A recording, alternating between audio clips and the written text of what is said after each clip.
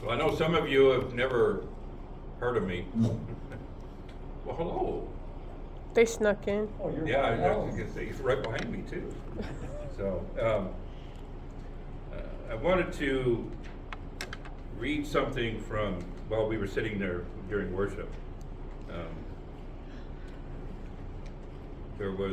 I'm going to start off with part of the Torah portion, very small part. Then I want to go to the Haftorah portion.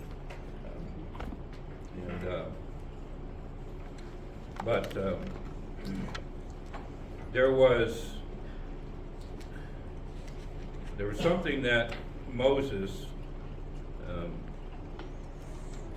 had brought up as he was, in Deuteronomy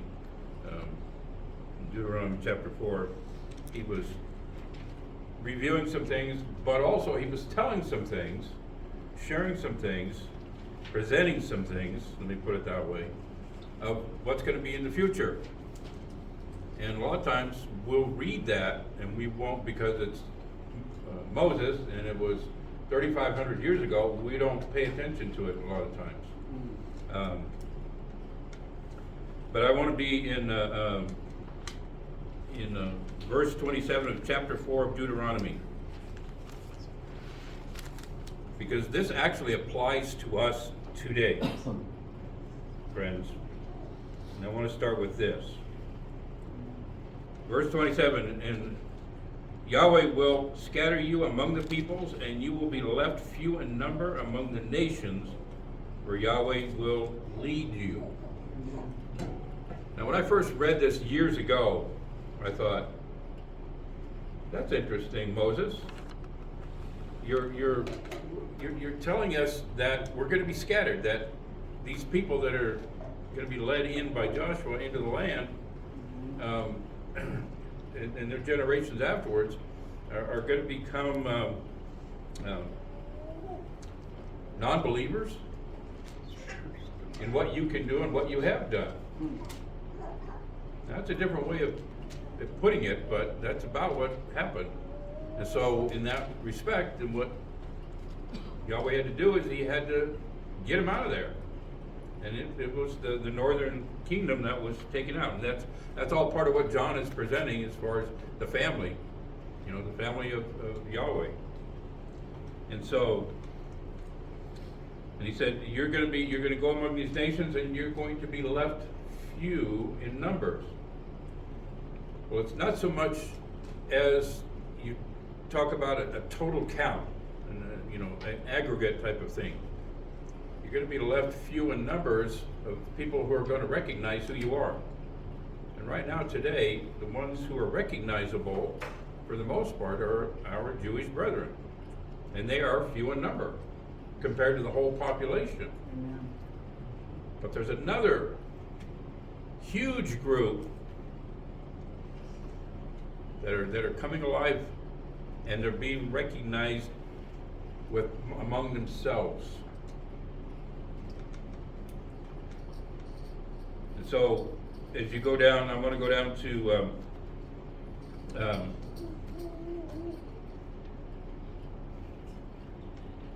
verse 29. Let me pick up there. From there you will seek Yahuwah, your Elohim, and you will find him if you search for him.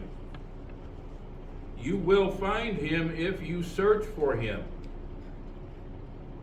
With all your heart, with all your mind, with all your being. If you do that, you will find him. And I think Yeshua himself even said the very same thing. Seek ye first the kingdom of Yahweh. But seek with all your heart, with all your soul, and with all your mind.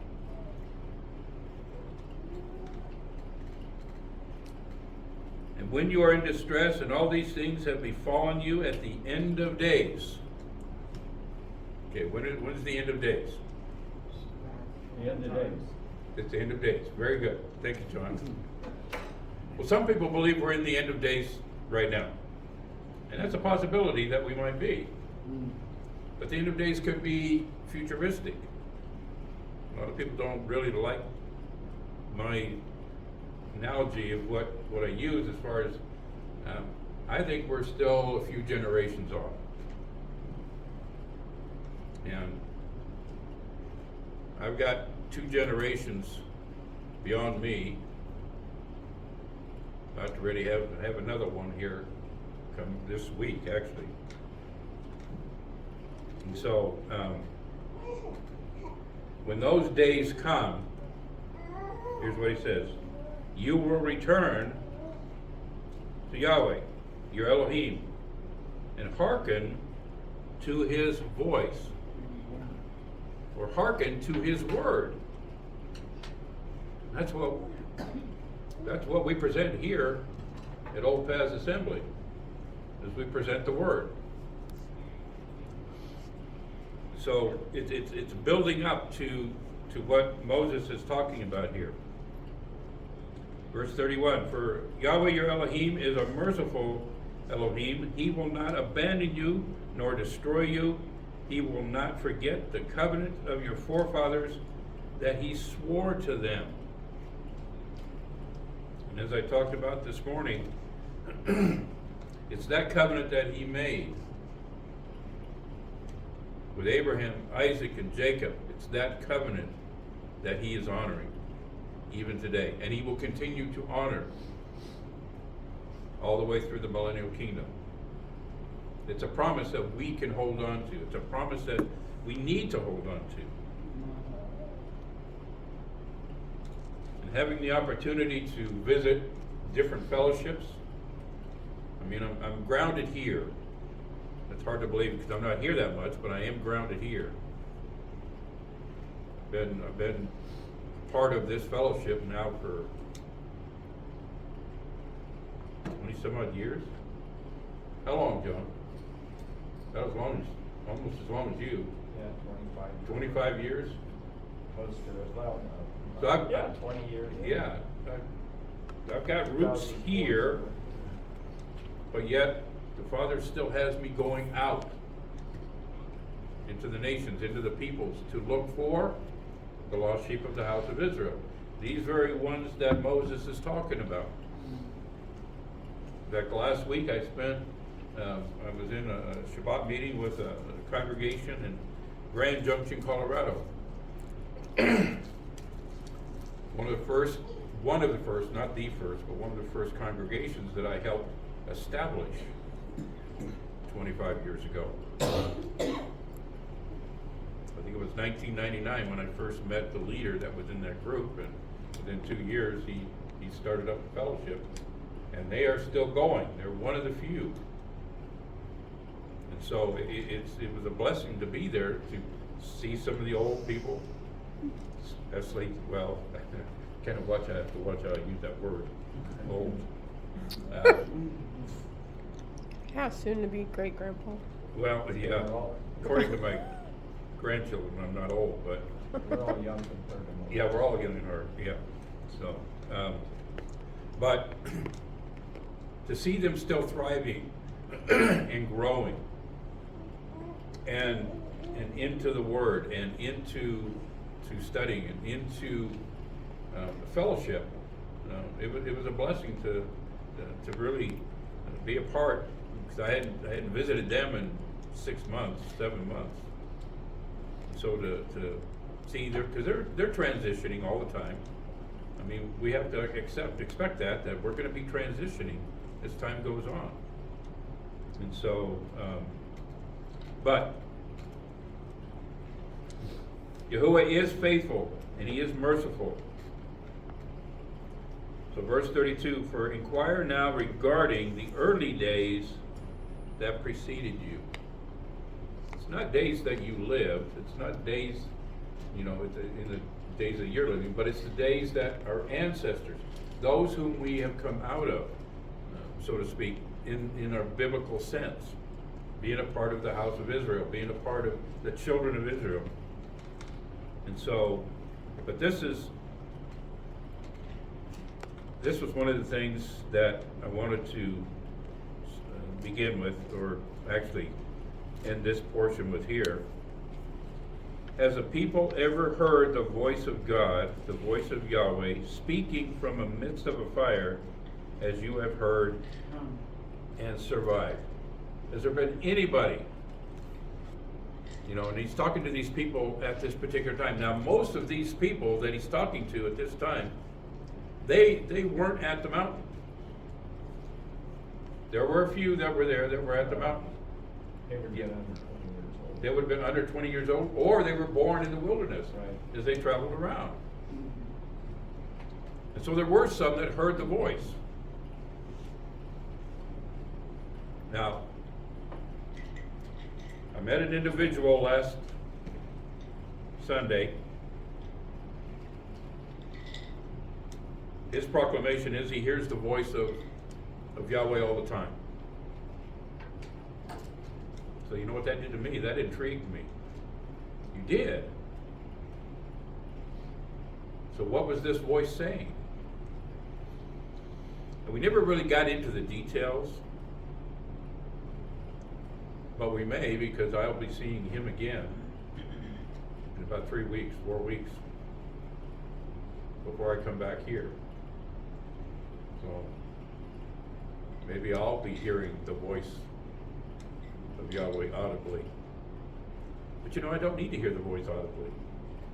Why? Why don't I need to hear the voice audibly? You carry it with you. Ah, Carry it around with I do. I carry it around with me. And this is the word that I'd rather proclaim than anything that I hear in my head. Because I can stand on this. I believe in this. I look forward to what he's talking about here. He's remembering his covenant, but there's a day that's going to come to when that covenant will come to pass, when the kingdom of heaven comes to this earth. Okay. Go over to Isaiah chapter 40 with me, if you would, please. Isaiah chapter 40. This is the Haftorah portion. And if this is new to some of you, is this new to anybody? Otherwise, okay. And I'm not going to say anything about it. What? You want me to? Well, there's people who might be watching. The Haftorah portion came about when our brother Judah was taken off to Babylon, and they wanted to remember the Torah portion. So what they did is, because they weren't allowed to read the Torah portion or study it, but they could talk about it.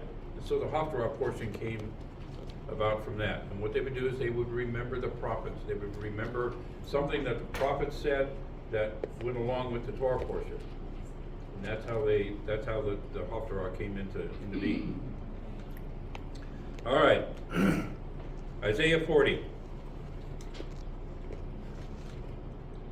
Verse 1. Comfort my people, says Yahuwah.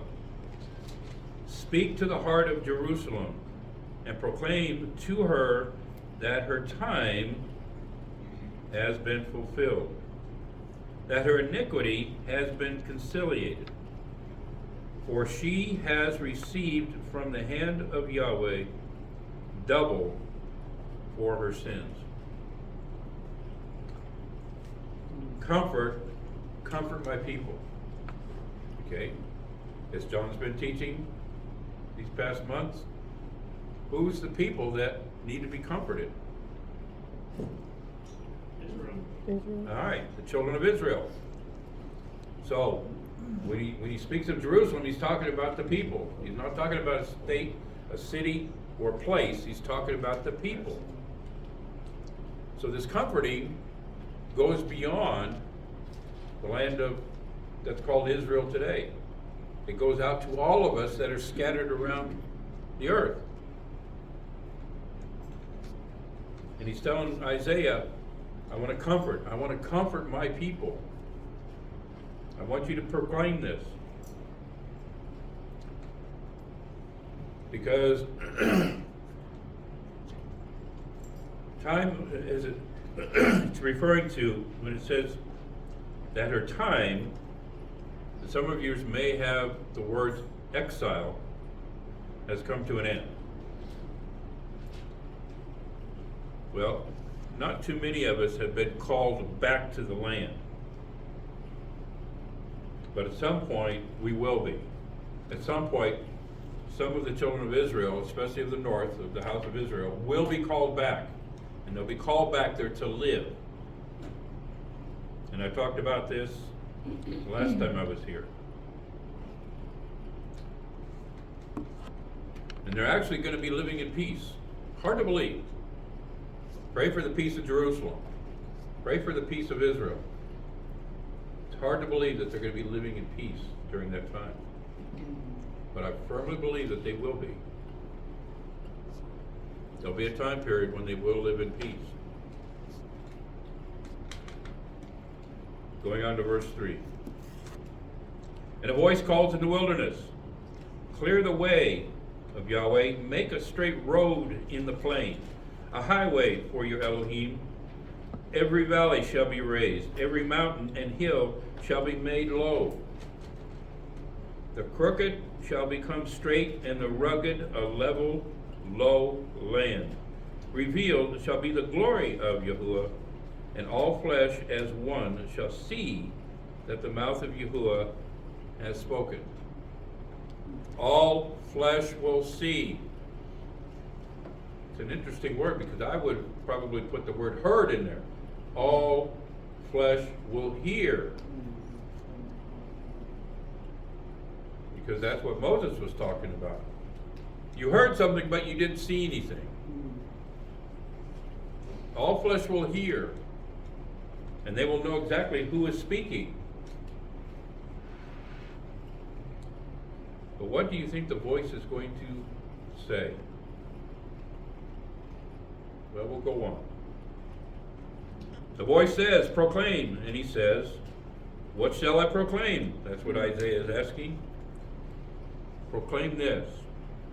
All flesh is grass, and all its kindness like the flower of the field. The grass shall wither, the flower shall fade, for the breath of Yahweh has blown upon it. In truth, the people is grass. The grass shall wither, the flower shall fade.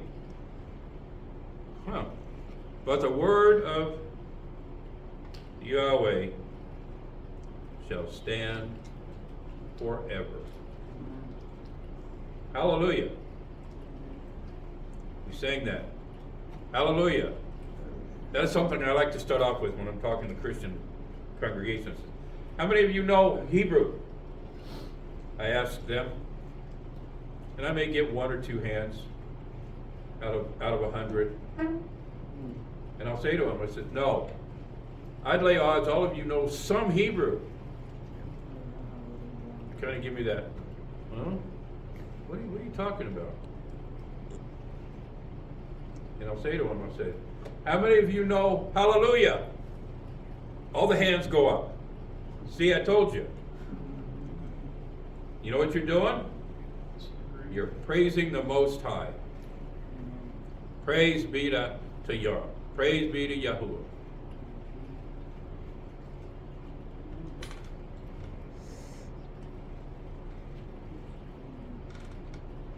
Verse 9, get yourself upon a high mountain, O herald unto Zion. When I went to the land of Israel in 2017, I wanted to go look for Zion. When I teach about it, they go, did you find it? I said, well, I think I visited the area, but I don't know if I found it. Because I saw no ladder. Saw no ladder? Yeah, because that's where I believe Zion is at. Is that where that ladder is? Where the angels go up and the angels come down. Where the messengers go up and the messengers come down.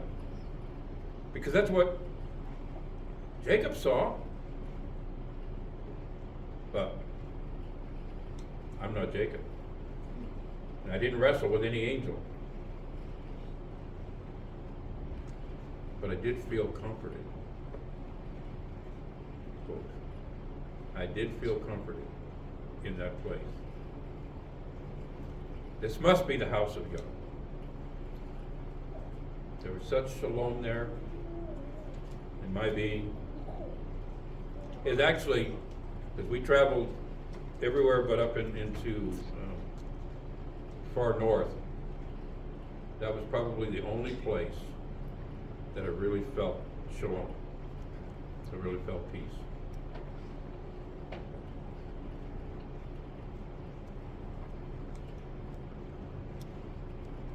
Or Samaria? Mm-hmm. In Samaria? No, Samaria is north of there. It's north of Jerusalem. Yeah, it's north of Jerusalem.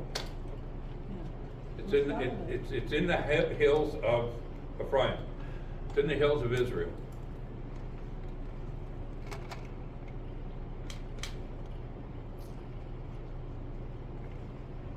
Verse 9, get yourself upon a high mountain, O herald unto Zion. I know what I wanted to say. The high mountain is higher than what Jerusalem is. But it's not the top. It's higher than, it's above to the north of Jerusalem. And herald unto the people. Now you have the word Jerusalem there, but herald unto the people. Raise, fear not. Say to the cities of Yehuda, behold your Elohim, behold my Yahweh shall come with strength, and his arm will rule for him. Behold, his recompense is with him, and his wage is before him. I wish I would have remembered this, because I would have stood there on one of the outcroppings, and I would have shouted that, but I didn't. And if I ever have the opportunity to come back before the millennial kingdom, back to the land, I plan to go there. If my memory serves me, I will do this. But he's telling Isaiah to do this. It's like a shepherd would graze his flock, would gather lambs in his arm, and carry in his bosom, would heal the nurslings. Who has measured the waters in his fist, and meted out the heavens with the span? Just think about it. Just get a visual. You know, you put your hand out here. Who has measured the water that's in his hand? Nobody. No human being. I know how much water my hand can hold, but if I have it right here like this, it may hold about 6 drops. Everything else is going to fall out and fall through the fingers. But his hand holds so much. What water we see here on the earth is a drop in the bucket compared to what's out there. I was watching a documentary or something the other night about the glaciers melting. And I have a theory about how the glaciers came about. That was after the flood, when he had to spread the water, he had to separate the waters, or push the waters out. Some went below the earth where they came from, and the others he just put at the end caps, at the caps of the ice. But those are melting.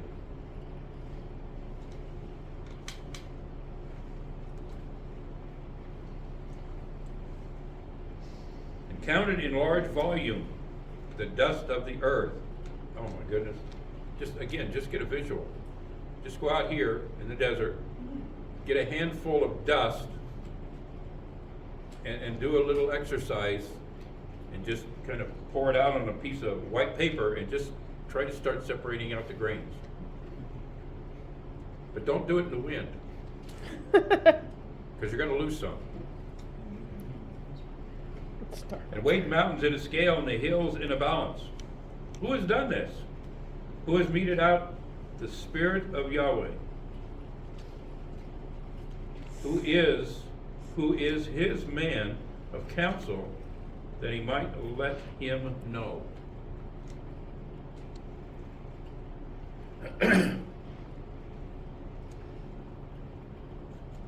I've met a few individuals, not many, that think they know things better than what Yahuwah does.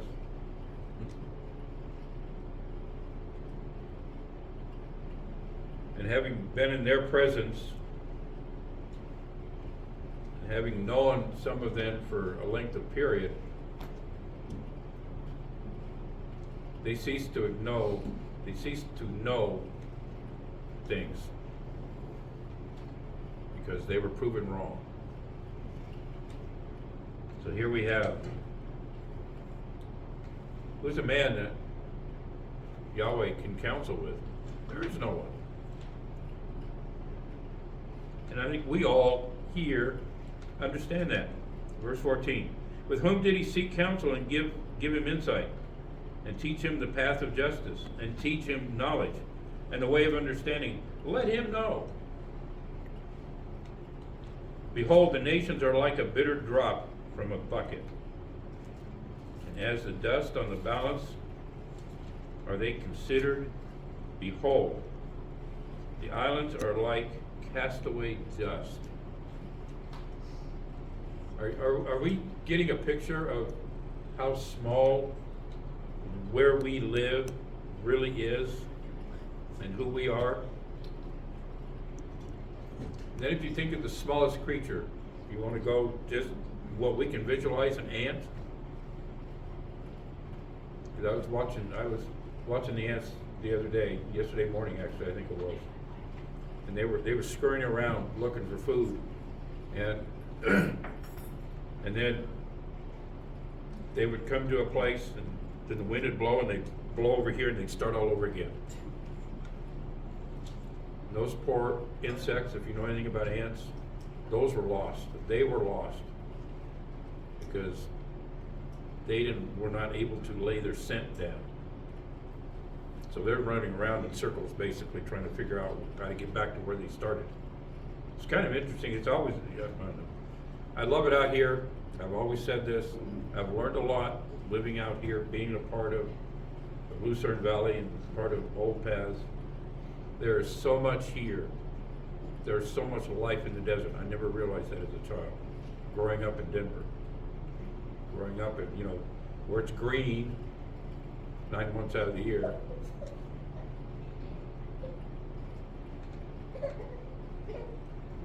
Verse 16.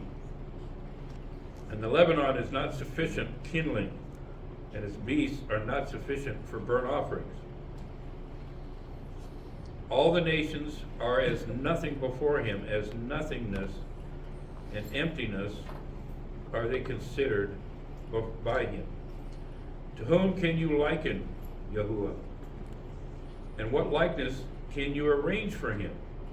The graven image, the artisan's casting, that the goldsmith overlaid with gold, and the silversmith with silver chains.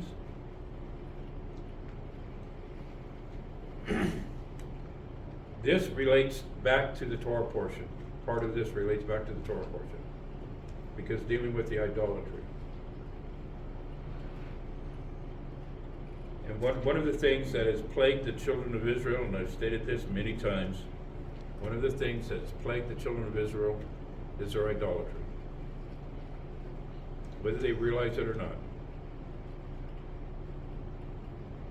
Their idolatry is what does them in, and the Father has to deal with it.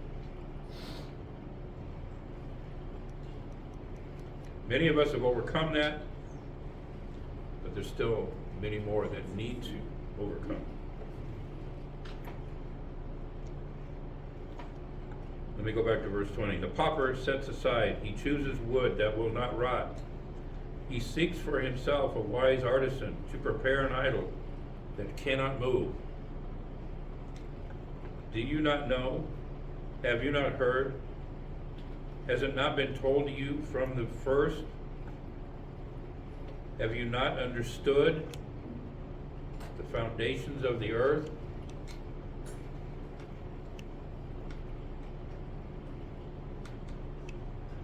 did this earlier. What's the first command? What's the first commandment? Amanda answered it earlier. Anybody remember what the first command is?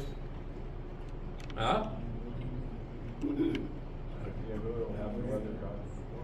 I am your Yahuwah. You shall have no other gods before me. Now, why would he have to speak that to the children of Israel? They just came out of Egypt. They're at the mountain. They hear this voice.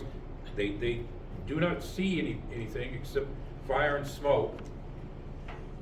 He has to make this declaration. That's what it is. It's a declaration. I am your Yahuwah. I am your Elohim.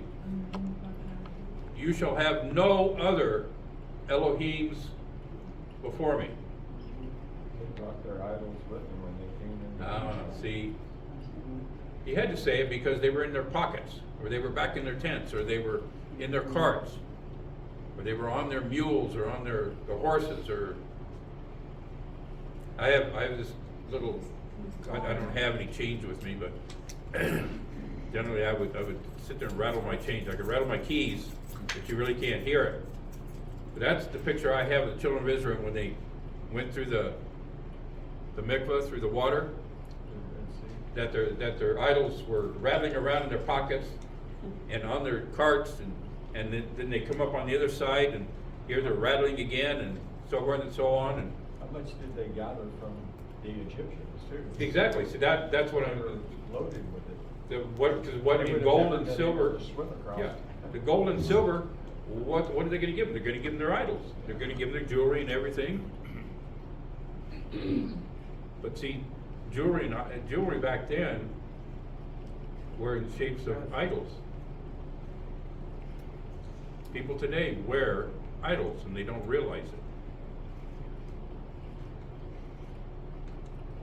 So the children of Israel are plagued with it. And they take them on themselves unknowingly, but it's there, and that's what has happened throughout the generations.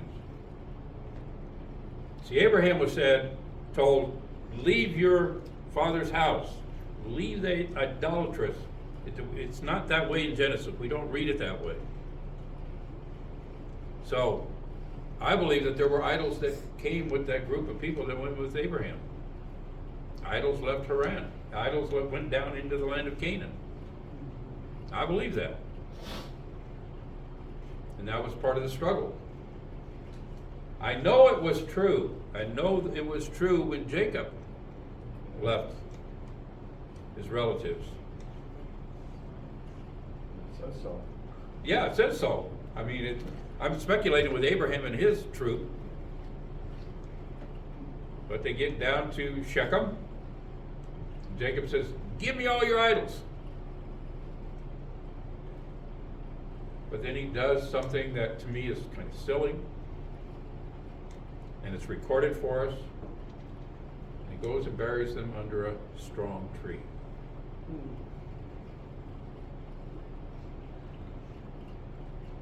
I've seen the land of Shechem. It's nowhere near today what it was back in Jacob's day. But I've seen the land. And there might be one or two trees there now when I'm looking down in the valley. I don't know, John, because you guys went there. There wasn't a lot because a lot of them were cut for to build siege walls and stuff. Right. So they were even cutting down the fruit trees. And even I learned this years and years ago, but some of you may not have known this, but when the Ottoman Empire was in place, because it was run by the Muslims, it was overseen by the Muslims. If you had a tree on your property, you were taxed. Right. You were what? You were taxed. Taxed it. Oh, Yeah, okay. you had to pay a tax on that tree. Considered wealth. Yeah, Oh, yeah. because it was considered wealth. Because I was talking with a guy the other day, because being over there and going to the Mount of Olives, and I told my daughter, I says, where are all the olive trees? There were olive trees there, but they'd been planted. There was a couple old ones, There's a couple there that are pretty old. yeah, and they were marked, but nonetheless, it's because of the taxation. So I was a little disappointed when I saw how many trees were not there. And then again, learning how, they planted them. Well, when you went up to Shechem, up in that area, you could see the sides of the hills were plain, there was no trees. on Yeah, it. there was no trees, that's what I remember, Yeah. so.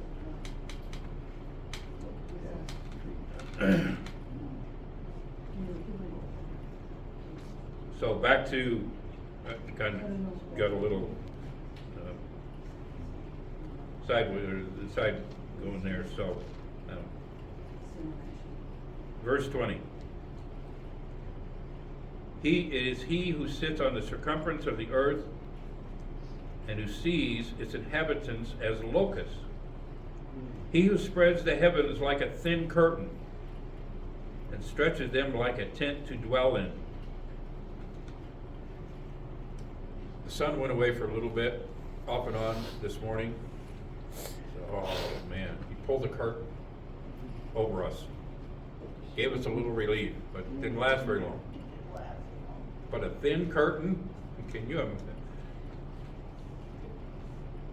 He who gives over officers for naught, judges of the land he made like emptiness, even as if they were not planted, even as they were not sown, even as if their stock was not rooted in the ground.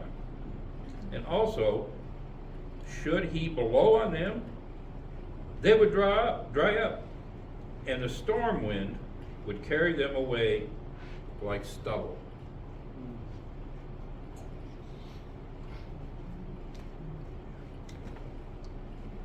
And I think about this when the time comes. There's going to be devastation like that. I mean, we're seeing droughts and we're seeing, famines and things around the world today. And we're seeing in certain parts where there's going to be, things are drying up. But go back to the beginning. What place is he talking about here? The land that he has promised to Abraham, Isaac, and Jacob.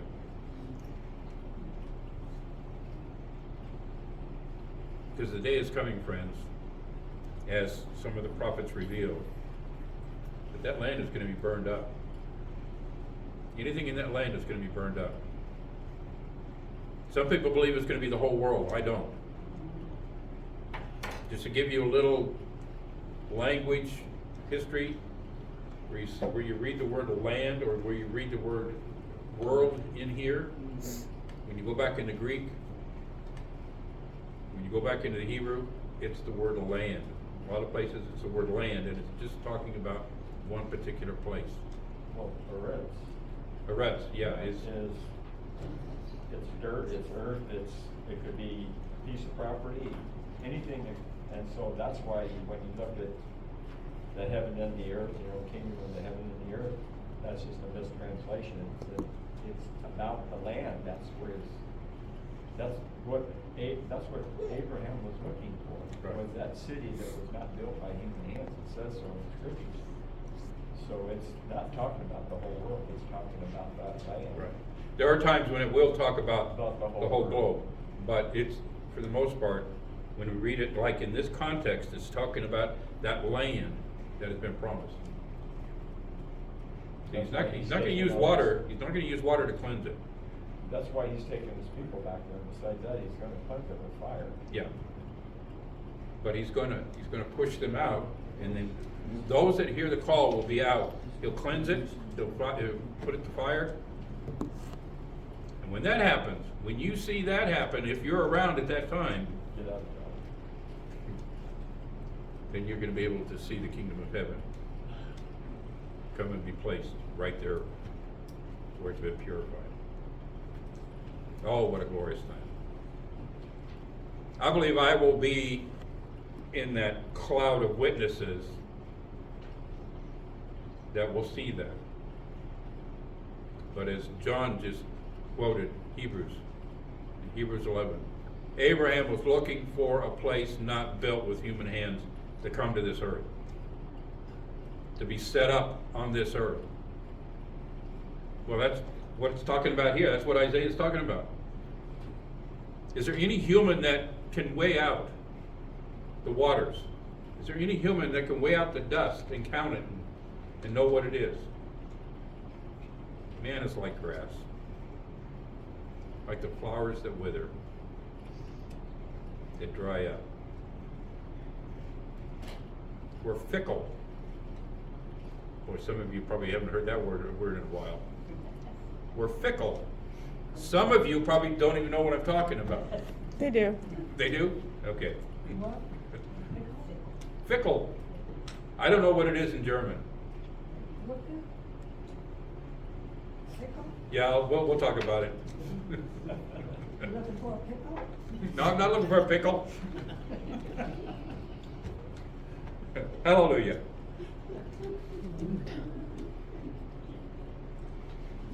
But as the door says up here, the kingdom is coming. And there is a passageway to it.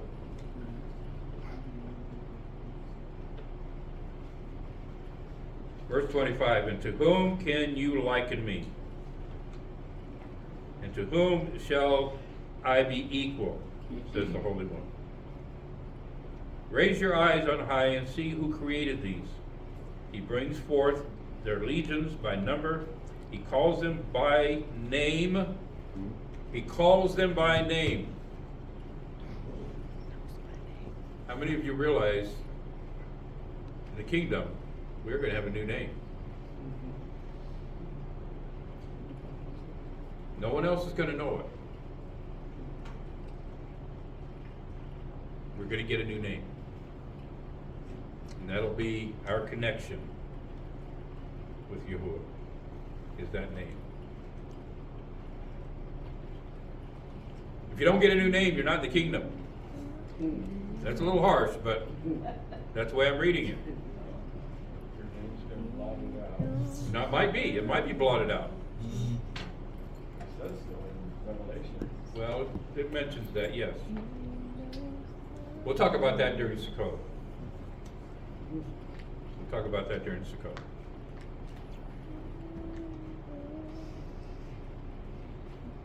He calls him by name because of his abundant might and the powerful strength.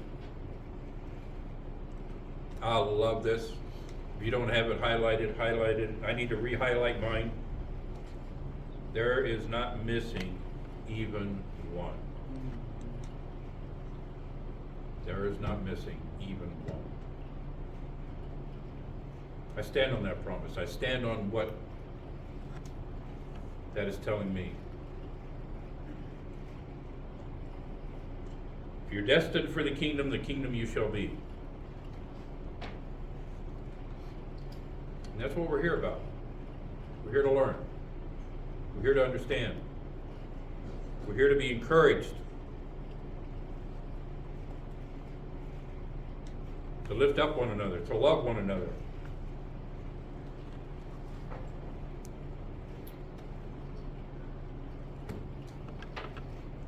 What I wanted to end with was,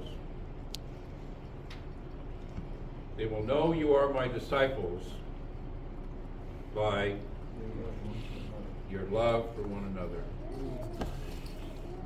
And if we don't exercise that, friends, we're not a disciple. I'm a disciple. I'm a disciple of Yeshua. Because I love you guys, I keep coming back here.